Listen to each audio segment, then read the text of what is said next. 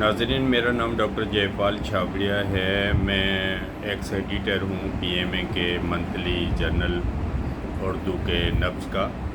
आज मैं बात करूँगा कि इंटरनेशनल कंट्रासेप्शन डे है जो पूरी दुनिया में 26 सितंबर को सेलिब्रेट होता है। लेकिन पाकिस्तान में हमारी बदकिस्मती है कि वी आर नॉट सक्सेसफुल।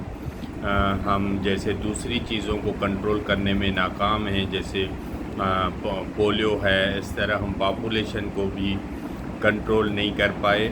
और दूसरा ये भी है कि जो कंट्रासेप्शन यूज़ है रेट हमारा है वो भी बहुत कम है, तकरीबन कोई 30% है। अब इसके रीज़न क्या हैं? इसका रीज़न ये है कि जब तक हमारे स्टेट में विल पावर नहीं पैदा होगा, वो चाहेगी नहीं कि हमें यहाँ फैमिली प्लानिंग करनी है, हमें कंट्रासेप्शन रेट बढ़ाना है, तब तक ये मुमकिन नहीं है। उसका मैं मिसाल दूं कि हमारे जो अभी पाकिस्तान है वो वर्ल्ड में 5th पॉपुलस कंट्री है, हम 5वें नंबर में पॉपुलेशन पे।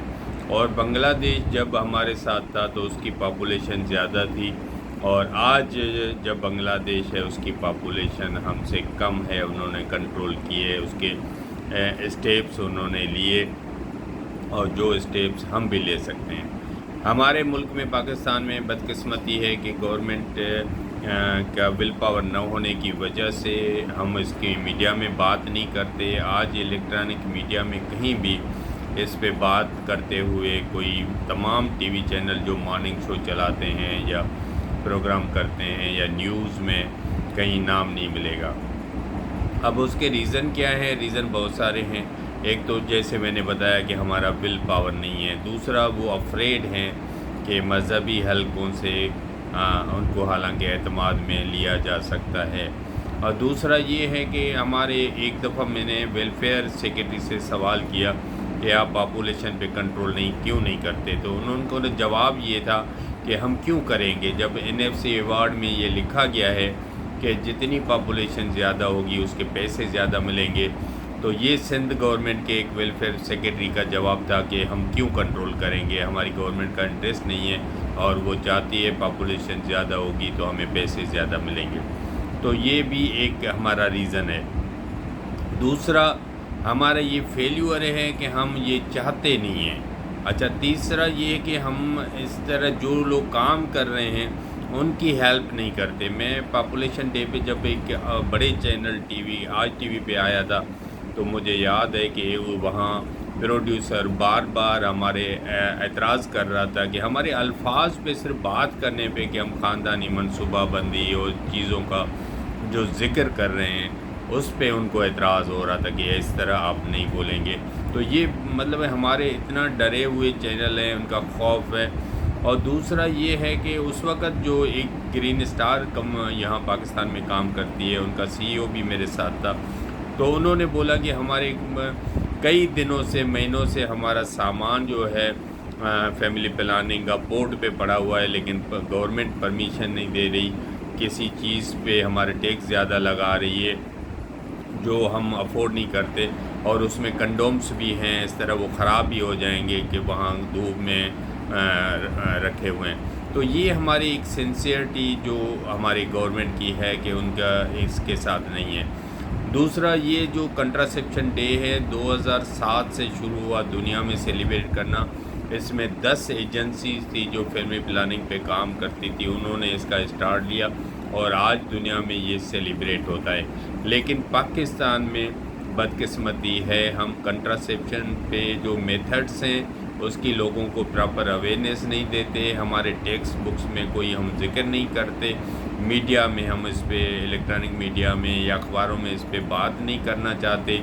और जैसे मैंने बताया तो मैं समझता हूँ कि गवर्नमेंट को इस पे काम करना पड़ेगा, जैसे बांग्लादेश ने किया। उन्होंने मैक्सिमम ख़वातीन को नौकरियाँ दे दी, टीचिंग में नौकरियां दे दी और IT में नौकरियां दे दी।